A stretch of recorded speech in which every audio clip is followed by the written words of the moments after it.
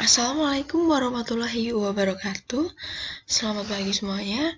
Sebelumnya perkenalkan, nama saya Nisa Insiroh dengan NIM K25 18050. Nah, di sini saya akan menjelaskan mata pelajaran yaitu pekerjaan dasar teknik mesin.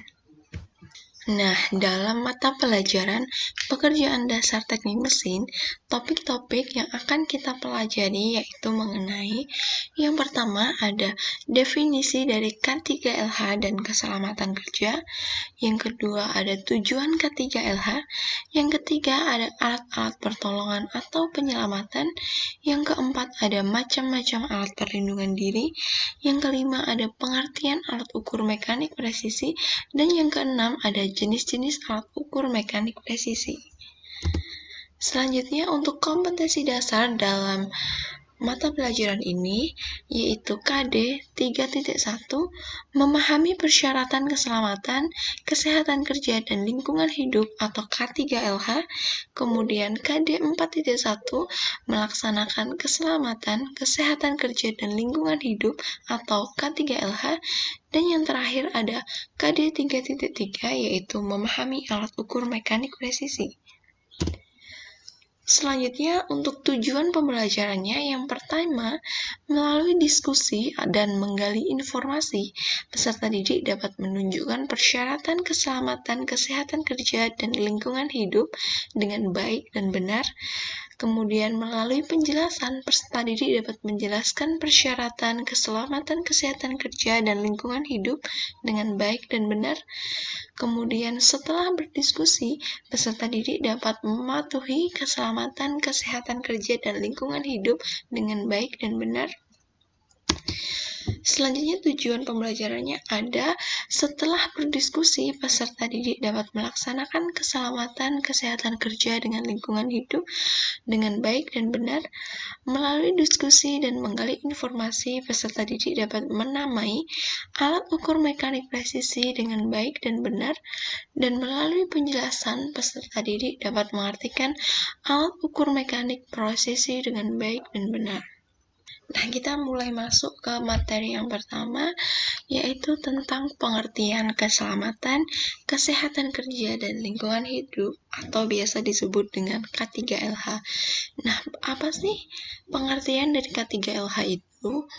Jadi K3LH itu merupakan sikap dan tindakan demi keselamatan kerja dengan jalan mencegah terjadinya kecelakaan pada waktu bekerja di ruang kerja atau bengkel atau di lapangan kerja pada umumnya. Jadi K3LH ini merupakan suatu sikap atau tindakan yang mencegah terjadinya kecelakaan, seperti itu ya.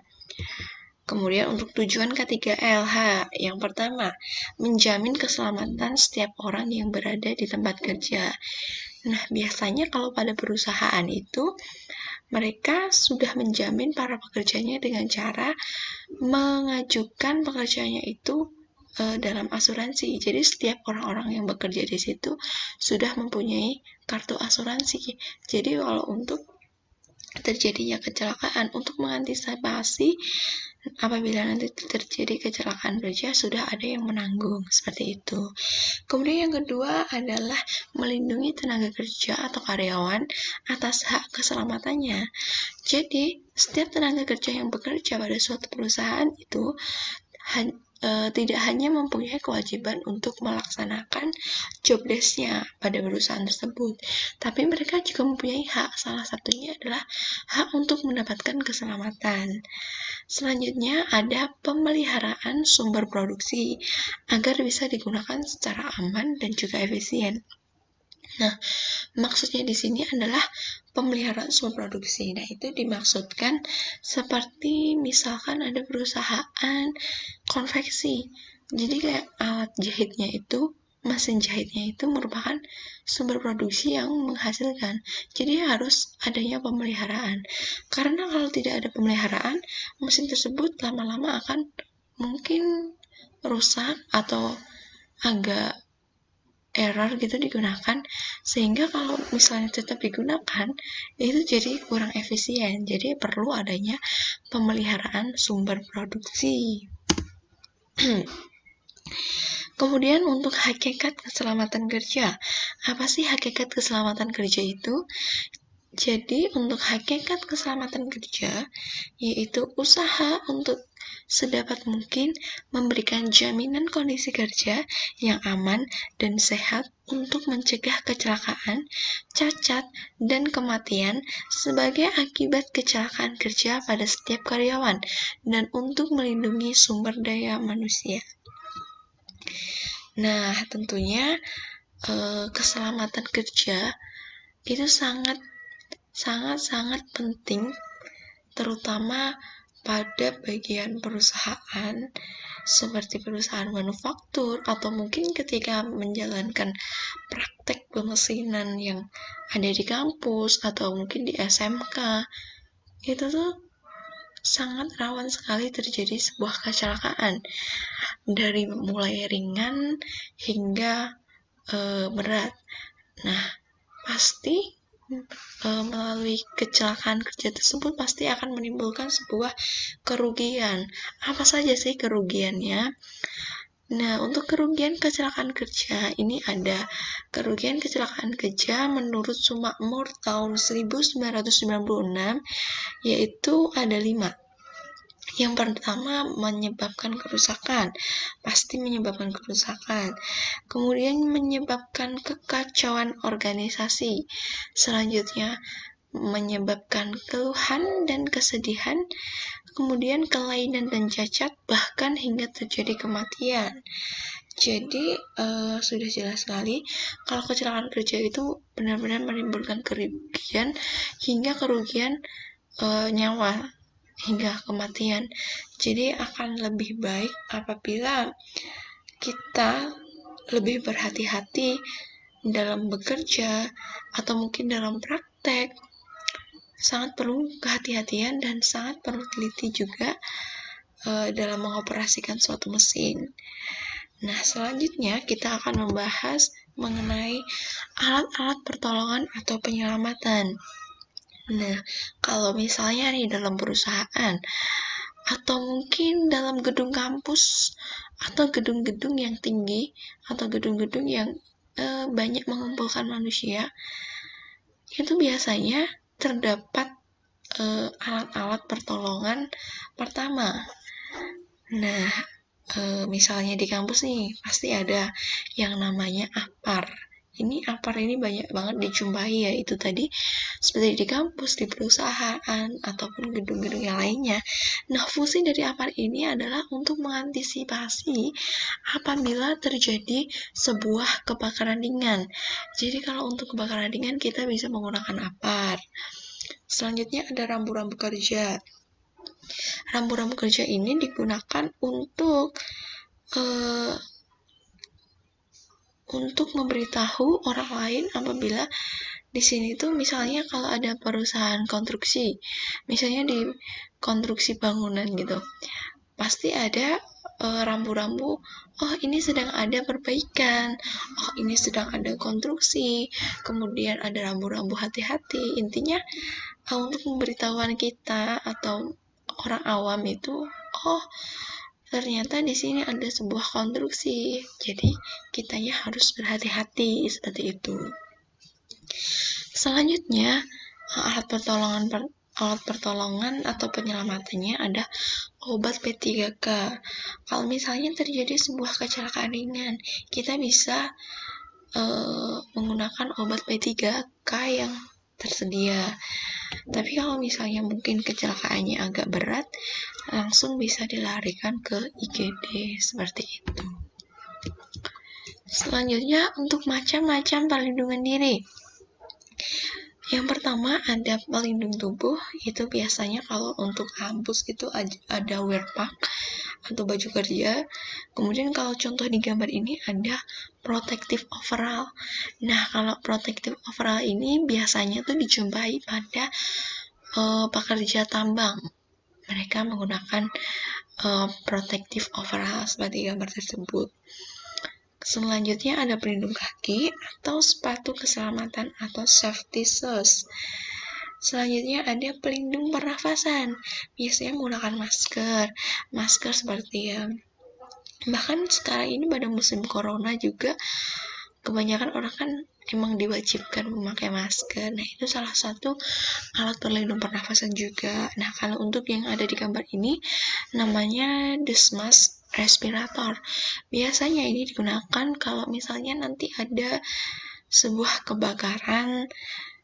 Nah, kita bisa menggunakan Desmas respirator ini karena di sini dilengkapi dengan alat untuk menyaring udara atau respiratornya itu, sehingga dapat melindungi kita menghirup udara ketika ada sebuah kebakaran seperti itu. Kemudian macam-macam alat perlindungan diri selanjutnya ada perlindungan kepala. Biasanya digunakan pada saat konstruksi atau mungkin perusahaan yang lainnya, karena untuk melindungi apabila terjadinya kejatuhan barang-barang yang mungkin barang berat, sehingga kita harus menggunakan helm atau safety helmet untuk melindungi kepala kita. Kemudian kita bisa menggunakan perlindungan mata atau kacamata. Kalau biasanya di tempat kelas sedang mengelas, itu biasanya juga ada perlindungan kacamata sendiri. Selanjutnya ada pelindung tangan atau sarung tangan. Ini juga bisa digunakan waktu pengelasan karena untuk menghindari percikan api tadi. Kemudian ada pelindung telinga. Nah, untuk pelindung telinga ini ada dua jenis. Yang pertama ada earplug dan airmuff. Nah, untuk yang digambar ini adalah contoh gambar airmuff. Kalau airplug itu yang kecil yang bisa untuk istilahnya untuk menyumpal telinga seperti itu. Nah, kita masuk ke KD 3.3 ya, yaitu memahami alat ukur mekanik presisi. Nah, alat ukur mekanik presisi itu apa sih yang dimaksud alat ukur mekanik presisi itu? Jadi, alat ukur mekanik presisi itu merupakan alat ukur yang mempunyai kemampuan pengukuran sampai ukuran terkecil sesuai kebutuhan pemakaiannya. Kemudian, agar tuntutan dunia industri terpenuhi, maka ilmu pengetahuan tentang alat ukur mekanik presisi wajib dilakukan oleh orang-orang yang mempunyai keinginan bekerja di bidang industri manufaktur. Nah, jadi alat ukur mekanik presisi itu sangat penting banget digunakan dalam industri seperti industri manufaktur. Nah, seperti pengalaman saya ketika magang di Solo Teknopark, itu menggunakan alat ukur seperti jangka sorong. Jadi di sana itu jangka sorong sangat benar-benar diperlukan untuk mengukur sebuah benda kerja. Jadi kan di sana itu ada kayak pengerjaan menggunakan milling, kemudian menggunakan CNC juga, menggunakan mesin bubut. Nah, khususnya untuk pekerjaan menggunakan milling ataupun mesin bubut itu sangat penting banget untuk mengetahui ukuran. Biasanya kita menggunakan jangka sorong untuk mengukur benda kerja tersebut apakah sudah sesuai job sheet-nya atau belum, seperti itu. Nah, selanjutnya adalah jenis-jenis alat ukur mekanik presisi. Seperti yang sudah saya sebutkan tadi, salah satunya adalah jangka sorong atau vernier caliper. Jadi, jangka sorong ini sebuah alat ukur yang berfungsi untuk mengukur ketebalan atau diameter luar, bisa juga diameter dalam atau celah, kemudian kedalaman benda kerja dengan tingkat ketelitian 0,02 mm dan 0,05 mm. Jadi jangka sorong ini sangat berfungsi sekali. Misalnya kita berada di misalnya kita sedang melakukan praktek pemesinan. Nah, ini jangka sorong ini juga sangat penting, merupakan salah satu alat ukur yang digunakan di sana untuk mengukur benda kerja. Kemudian selanjutnya ada mikrometer. Nah, mikrometer ini bentuknya lebih kecil daripada jangka sorong. Jadi mikrometer ini merupakan alat ukur yang mencapai tingkat ketelitian 0,001 mm. Nah, ada dua mikrometer ini. Yang pertama ada mikrometer luar, yang fungsinya digunakan untuk mengukur panjang suatu benda kerja. Kemudian ada mikrometer dalam, yang digunakan untuk mengukur lebar celah. Selanjutnya ada dial indikator. Dial indikator ini sebuah alat ukur presisi yang digunakan untuk mengukur kebengkokan, bisa run out, kekocakan, end-play, backlash, dan kerataan dengan tingkat ketelitian antara 0,01 mm hingga 0,001 mm. Nah, biasanya dial indikator ini, yang saya ketahui, pada bidang pemesinan itu ketika akan melakukan fresh, ketika akan menggunakan mesin fresh atau biasa disebut dengan mesin milling, ini untuk mengukur apakah sudah rata atau belum, atau bisa juga digunakan pada mesin CNC untuk mengukur benda tersebut udah rata atau belum, karena kalau memang belum rata nanti hasil pekerjaannya pun tidak akan presisi. Jadi sangat penting untuk digunakan mengukur kerataan suatu benda. Oke, selanjutnya ada cylinder gauge, yaitu merupakan alat ukur yang digunakan untuk mengukur diameter sebuah silinder dengan ketelitian 0,01 mm. Nah, alat ukur ini mempunyai dua atau dilengkapi dengan dua, yaitu ada mikrometer dan juga ada dial indikator. Jadi merupakan gabungan dari dua alat ukur tersebut. Selanjutnya yang kelima ada pengukur celah atau disebut dengan feeler gauge, yang merupakan alat ukur yang biasa digunakan untuk memeriksa jarak-jarak kecil atau ukuran celah-celah di antara dua permukaan. Nah, bisa digunakan untuk bidang otomotif, biasanya digunakan untuk mengukur celah kate. Nah, selanjutnya memasuki ke kesimpulan. Jadi kesimpulan dari materi yang sudah saya ajarkan tadi, yang pertama, K3LH merupakan suatu usaha atau tindakan demi keselamatan kerja dengan jalan mencegah terjadinya kecelakaan di lingkungan kerja. K3LH ini berperan penting dalam suatu perusahaan karena untuk menghindari kecelakaan kerja serta kerugiannya. Kemudian yang kedua, selain faktor hati-hati dan teliti dalam bekerja, untuk menghindari kecelakaan kerja, kita perlu tahu apa saja alat pertolongan atau penyelamatan ketika terjadi suatu kecelakaan di tempat kerja. Selain itu, kita perlu menggunakan APD atau alat perlindungan diri ketika bekerja. Yang ketiga adalah alat ukur mekanik presisi, merupakan alat ukur yang mempunyai kemampuan mengukur sampai ukuran terkecil sesuai kebutuhan pemakaiannya. Nah, mungkin itu materi pekerjaan dasar teknik mesin yang dapat saya sampaikan. Kurang lebihnya saya mohon maaf. Sekian, wassalamualaikum warahmatullahi wabarakatuh.